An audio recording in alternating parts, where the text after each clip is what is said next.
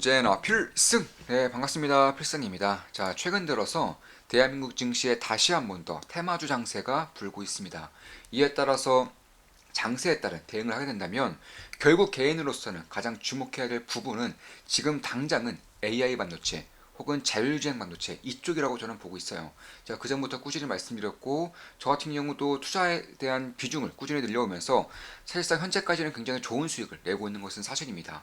그리고 제가 오늘부터 다시금 주목해야 되는 부분 중에 하나가 바로 바이오 제약이라고 생각을 하고 있어요. 일단 지금 보시면 저는 매수 매도할 때마다 우리 멤버분들께 좀 다 말씀을 드리면서 실시간으로 말씀드리면서 투자를 진행하고 있습니다. 저는 3천단 제약을 오늘 매수하였습니다. 오늘 매수했고요. 3천당 제약 매수하였습니다. 한국 바이오 제약 핵심 기업입니다. 이런 식으로 말씀드렸고 그 이후에 제가 좀 이런 식의 좀 분석을 해드렸습니다. 참고로 현재 저는 3천단 제약에 투자를 진행하고 있고요. 오늘 매수했고요. 현재는 4% 이상 4% 이상의 수익을 내고 있습니다. 절대 매수 매도 추천 리딩 아닌 거 다들 알고 계시죠? 참고하시면 되겠습니다. 자, 한국장에서 영원한 테마라고 불리는 바이오 제약을 빼놓고 테마주 장세를 논할 수는 없습니다. 바이오 제약, 대한민국 대장이라고 할 수 있는 삼성 바이오로직스가 털을 잘 닦아놓고 있습니다. 세계적인 경쟁력과 탄탄한 실적 성장으로 테마의 기둥이 되기에 충분해 보입니다. 추후 공급 과잉 이슈로 주가가 폭락할 경우 장기 투자의 시작을 알리는 매우 좋은 기회가 될 것입니다. 참고로 삼성 바이오로직스는 저 같은 경우도 굉장히 좀 장기적으로 바라보고 있어요. 현재로서는 뭐 투자를 진행하지 않았고 지금도 투자를 진행하지 않고 있지만 추후에 공급 과잉 이슈로 인해서 한 번 정도 주가가 폭락했을 때 그때는 장기 투자의 절호의 기회가 될 것이라고 보고 있습니다. 그 와중에 저는 바이오 제약을 주목하고 있어요. 이번 테마주 장세 마지막까지 간다면 내년 상반기까지, 내년 총선 전까지 테마주 장세가 불게 된다면 저는 마지막을 장식할 테마로는 대표적으로 첫 번째로는 바이오 제약이고요. 두 번째로는 정시 테마주 정도로 보고 있습니다. 그 이유에 대해서는 제가 꾸준하게 말씀을 드릴 거고 왜 그 중에서도 3천당 제약을 보고 있는지에 대해서도 말씀을 드리겠습니다. 자, 내년 총선까지 테마주 장세가 꺼지지 않을 경우 작지 않은 확률로 마지막을 장식할 것입니다. 그도 그럴 것이 과거 보여왔던 무지성 테마 장세가 아닌 실제로 대박이 터질 만한 기업 중에 몇 종목이 있습니다. 땡땡땡 땡땡땡땡 땡땡땡 땡땡땡땡 정도. 그리고 삼천단 제약이 대표적이죠. 땡땡땡땡 삼천당 제약 투자 중입니다. 지금 같은 장세에선 언제 달려도 이상하지 않습니다. 핵심 기업들 매일같이 지켜보고 있습니다. 사실 인간의 광기, 특히나 대한민국 투자자들의 광기를 불러일으킬 수 있는 가장 좋은 테마는 언제나 그럴 때 바이오 제약이에요. 테마제 장세가 마지막까지 갈 경우 그 마지막을 피날레로 장식했던 테마는 거의 대부분이 바이오 제약이었습니다. 저는 이번에도 다르지 않다면 특히 이번에는 과거와 다르게 실제로 대박이 날 수 있는 종목들이 몇 종목이 보여요. 실제로 임상 데이터만 보더라도 성공을 안 할래야 안 할 수가 없는 그런 기업들이 제 눈에는 보입니다. 따라서 그런 것들을 봤을 때 좀 시간을 좀 녹이면서 그러니까 기회를 좀 기다리면서 때를 기다리면서 기회가 발생될 때면 제가 오늘 삼천단자역에 매수를 했고 현재는 4% 이상의 수익을 내고 있는 것처럼 이런 류의 기회들이 앞으로도 지속적으로 다가올 것이라고 보고 있고 그런 종목들이 대한민국의 대략 한 4종목 정도, 4종목에서 5종목 사이 정도로 존재하고 있습니다. 그 중에서 몇몇 종목은 향후 1년 내에 대박이 터질 만한, 그러니까 블록버스터급 신약을 발표할 만한 그런 정도의 포텐셜을 가지고 있는 것도 사실입니다. 그리고 그 중에서 3천당 제약을 제가 이제 투자하고 있는 이유 중에 하나를 말씀드리자면 일단 대박 이슈가 하나 있어요. 일단 이 바이오 제약 쪽에서 대박 이슈가 하나 있습니다. 바로 황반 변성 치료제. 그러니까 대한민국 혹은 전 세계적으로 안과와 관련해서 눈과 관련해서 가장 대표적인 질병이 무엇일까요? 첫 번째로는 당뇨병성 합병증이 있고요. 두 번째로는 황반 변성 합병증이 있고요. 그리고 마지막으로 녹내장이 있습니다. 그 중에서 황반 변성을 치료할 수 있는 치료제의 그런 특허가 만료가 됩니다. 네, 2년 내에 만료가 되기 때문에 2025년에 만료가 되죠. 2025년 상반기에 만료가 되는데 결국에는 그런 바이오 실밀러가 이 시장에 진출할 수 있다는 거예요. 원래 독점적인 오리지널 약에 대한 특허가 끝나면 그 시장을 바이오 실밀러가 장악을 합니다. 자, 25년 상반기에 이제 아일리아라는 황반 변성 치료제의 특허가 만료가 됩니다. 결국 바이오 시밀러가 이 자리를 차지할 것인데 누가 차지할 것이냐의 싸움이 굉장히 중요한 거예요. 그런데 이번에 가장 빠르게 앞서가고 있는 기업이 독점이에요. 단독입니다. 단독으로 바로 삼천당 제약이다. 이렇게 보시면 될 것 같고, 사실 이 황반면성 치료제 아일리아가 내고 있는 이 황반면성의 치료제 매출액이 1년에 13조입니다. 13조. 특히나 이제 안과 질환은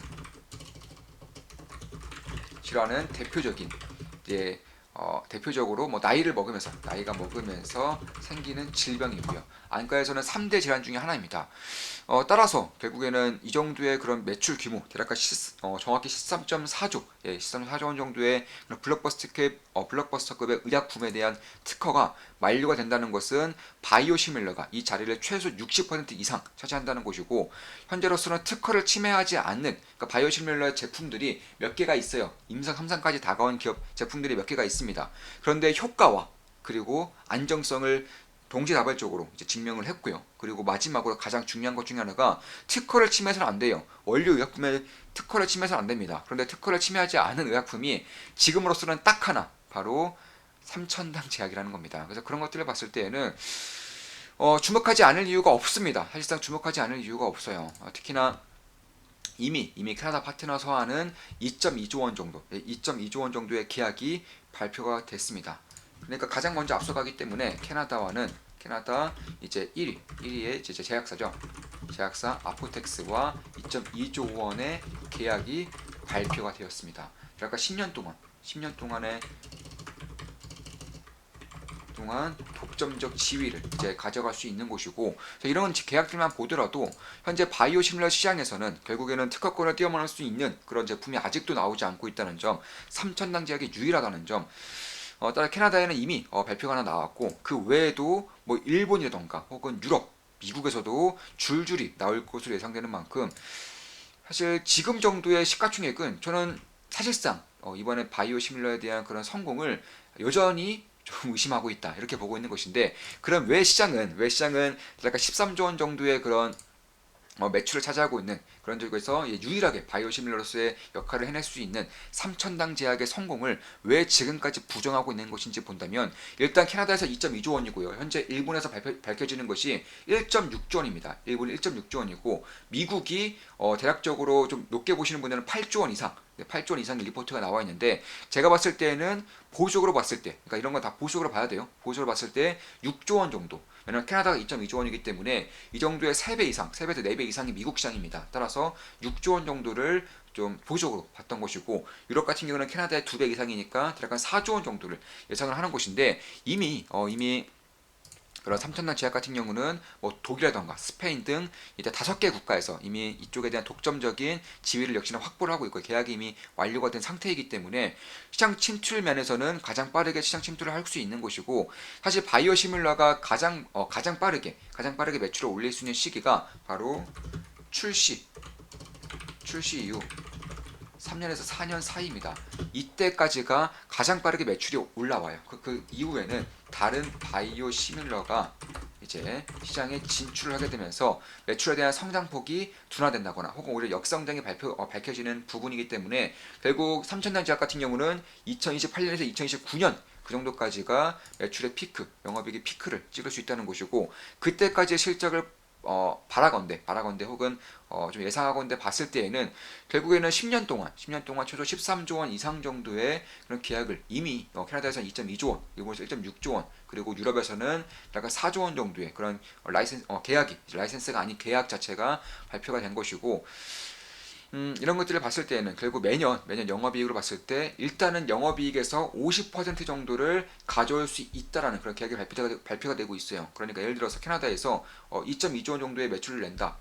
그리고 그 중에서 약간 2조 원 정도의 영업을 낸다. 그런데 굉장히 보수적으로 봤을 때 영업이익률이 50%가 안 된다는 것을 봤을 때 1조 원 정도의 영업이익을 낸다. 그럼 그 중에 50%를 삼천당 제약에 가져오는 그 형태로서의 그런 계약이 현재 진행이 되고 있는 것이고, 이런 것들을 캐나다, 일본, 유럽 그리고 미국에서만 대략 한 영업이익만 보더라도 3천억 이상이 나올 것으로 예상이 되고 있는 겁니다. 매년입니다. 매년 3천 이상 나올 거 예상되고 있는데, 시가총액은 현재로서는 1.5조 원, 1조 5천억 정도이고, 그 외에도 이미 삼천당 지역은 실적을 내고 있어요. 실적을 내고 있고, 제네릭 시장에서도 꾸준한 성장세를 보여주고 있는 것은 맞고요.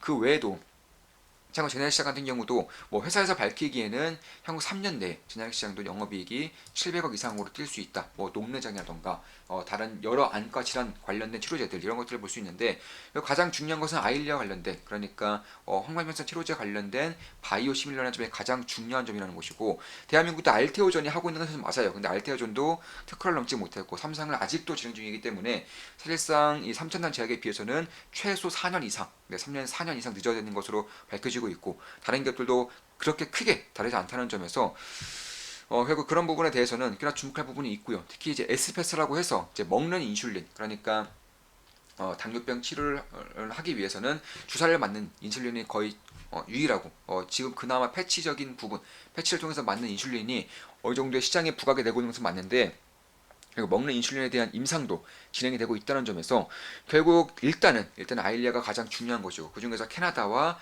일본에 대한 계약이 완료가 됐고 유럽도 5개 국가에서 완료가 됐고 남은 것은 미국 정도 그리고 일본의 최종 허가 정도가 남았다는 것이고 그런 것들을 봤을 때 결국 삼천단 제약의 공시를 내년 상반기까지 꾸준히 할 수가 있다는 거예요. 그리고 바이오 제약 같은 경우는 공시라던가 이슈를 얼마나 잘 모느냐에 따라서 기대감이 올랐다가 줄었다가 올랐다가 줄었다가 할 수밖에 없다는 점에서 특히 바이오 제약에 대한 테마가 불면 물론 테마가 불면 가만히 있어도 기대감이 반영이 되기 때문에 특히 삼천당 제약처럼 이미 어느 정도의 그런 실적이 뒷받침되고 있는 기업들 같은 경우 그리고 기대감이 충분히 실을 수 있는 그런 기업들의 경우에는 대장주로서 역할을 충분히 할 수 있는 역량이 된다는 것입니다. 그런데 왜 지금까지 삼천당 제약에 대한 그런 뭐랄까요 불신, 우려 이런 것들이 있느냐 왜 주가에 아직도 반영이 되지 않았느냐 캐나다, 일본이 바보도 아니고 특히 캐나다 같은 경우는 독점적인 계약을 1회 제약사가 했는데 그럼에도 불구하고 왜 이런 식의 주가가 지지부진한 그러니까 소외감이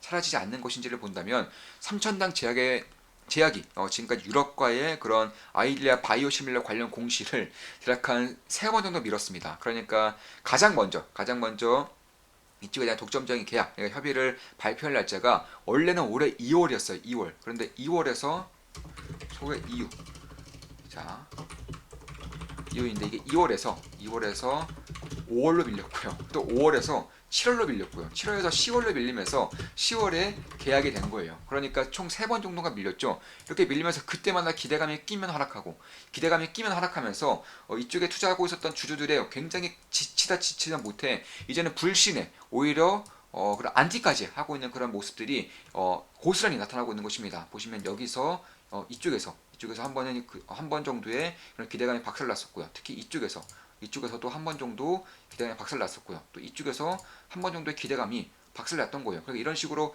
박살이 꾸준히 나면서 주가가 꽤나 폭락했었던 그런 것이었고 실제로 이제 계약이 10월에 터졌긴 했지만 잠깐 반등했다가 다시금 하락을 하다가 오늘로써 다시금 9% 이상의 급등이 나와주면서 기대감을 어느 정도 키워주고 있다. 이렇게 보고 있는 것입니다. 실제로 대표적인 바이오 제약이라고 또 하기도 싫지만 어쩔 수 없죠. 어느 한때는 대장주라고 여겨졌던 신라젠도 보시면 상한가 이후에 22% 급등이 나오고 있고 테라젠 이런 기업들 같은 경우도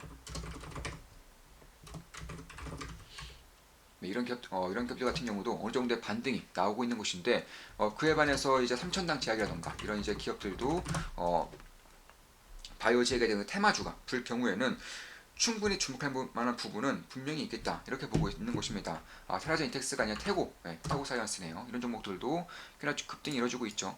이런 식으로 바닥에서 급등세를 보여주고 있는 기업들이 발생하면서 만약에 테마가 형성이 된다면 가장 먼저 주목해야 되는 기업 중에 하나가 삼천단 제약이다. 왜냐하면 실적에 대한 폭발적인 성장이 가장 빠르고 그리고 글로벌 블록버스터급의 신약을 바이오시밀러에 대한 그런 신약이라고 하긴 뭐하지만 아무튼 블록버스터급의 그런 바이오시밀러를 발표할 수 있는 유일한 전 세계에서 아직까지는 유일한 기업이 바이오시밀러라는 점에서 바이오시밀러 기업이 이제 삼천단 제약이라는 점에서 꾸준히 주목할 만한 부분은 분명히 있겠다 이렇게 보고 있습니다. 참고로 제가 연간 그런 영업이익 실적을 연간 3천억대로 봤을 때에도 가장 보수적으로 보고 또 보수적으로 봤을 때 그렇게 말씀을 드린 것이고 일단 연구 자료라던가 혹은 이쪽에서 이제 밝혀지고 있는 그런 계약에 대한 그 규모 혹은 밝혀지고 있는 계약에 대한 그런 조건 이런 것들을 봤을 때에는 그 이상의 그런 실적이 나올 건 상당히 높아지고 있는 것이고 결국 PER이 대략 한 15, 15 정도만 되더라도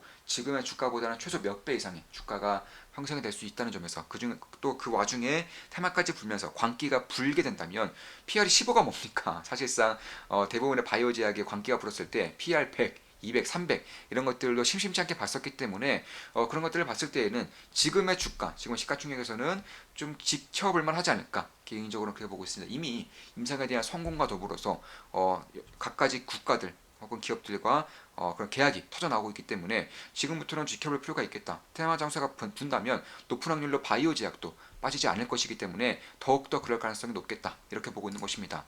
자, 이것으로 방송 마치겠습니다. 저는 당연히 삼천단제약에 수익을 내고 있다고 말씀드렸어요. 4% 이상의 수익을 내고 있습니다. 절대 매수매도 추천 리딩 아닌 거 다들 알고 있죠? 참고하시면 되겠습니다. 필승 구독, 알림 설정, 좋아요는 여러분들께 돈이 됩니다. 필승!